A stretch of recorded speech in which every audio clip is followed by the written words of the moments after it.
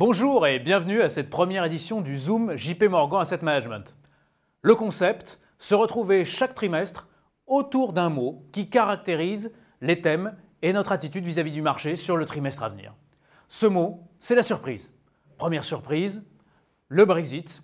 En effet, les eurosceptiques emmenés par Boris Johnson ont reporté une victoire inattendue et outre-Atlantique, Donald Trump s'est imposé lors des élections américaines. Outre l'étonnante ressemblance capillaire, l'impact à court terme sur les marchés de ces deux événements a été relativement limité, alors même que la portée structurelle est assez importante dans les deux cas.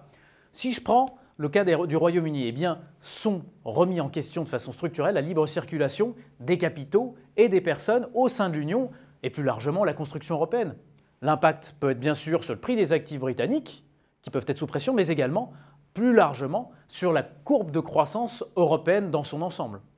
Deuxième élément, dans le cas des États-Unis, eh bien, si le programme du candidat Trump est très agressif sur le plan macroéconomique, par de la relance à la fois en investissement par les infrastructures, mais aussi en baissant les impôts pour les ménages et pour les entreprises, eh bien, si cette relance peut avoir un impact, il faut la financer et ça pose la question plus long terme du déséquilibre des finances publiques aux États-Unis.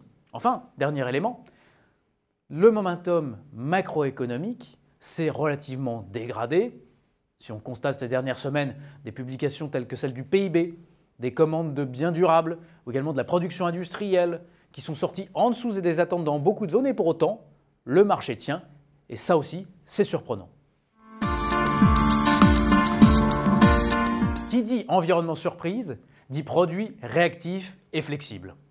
Dans le cadre de la gamme JP Morgan Asset Management, cela nous donne, dans le désordre, Global Income, un fonds dont l'objectif est de rechercher du rendement, du revenu, là où il se trouve, quelle que soit la classe d'actifs ou la zone géographique. Dans ce cadre, dans le portefeuille aujourd'hui, eh bien, nous investissons dans des classes d'actifs peu représentées dans vos portefeuilles, comme le crédit hypothécaire ou comme les actions préférentielles, qui peuvent constituer une bonne source de diversification globale dans votre allocation d'actifs. Autre point, nous maintenons notre confiance sur du high yield court, en ayant conscience que oui, il se trouve qu'il y a un risque de sensibilité obligataire, mais en revanche, dans le même temps, ce sont des actifs qui sont fortement rémunérateurs, donc c'est un risque qu'aujourd'hui, sur la courbe américaine, nous pouvons prendre. Enfin, nous renforçons graduellement nos expositions sur les marchés émergents, actions et dettes.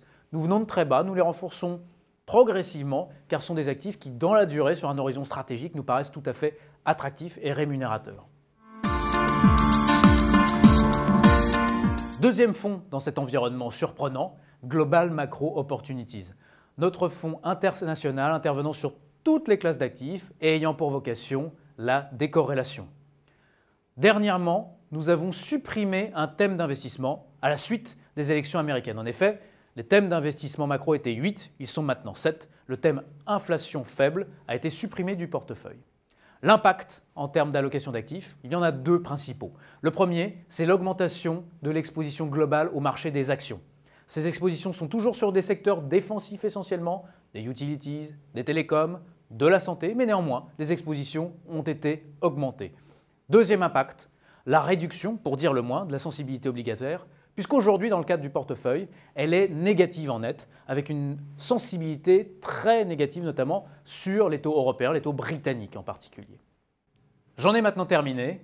Je vous dis au trimestre prochain pour un nouveau Zoom sur un autre mot. À bientôt.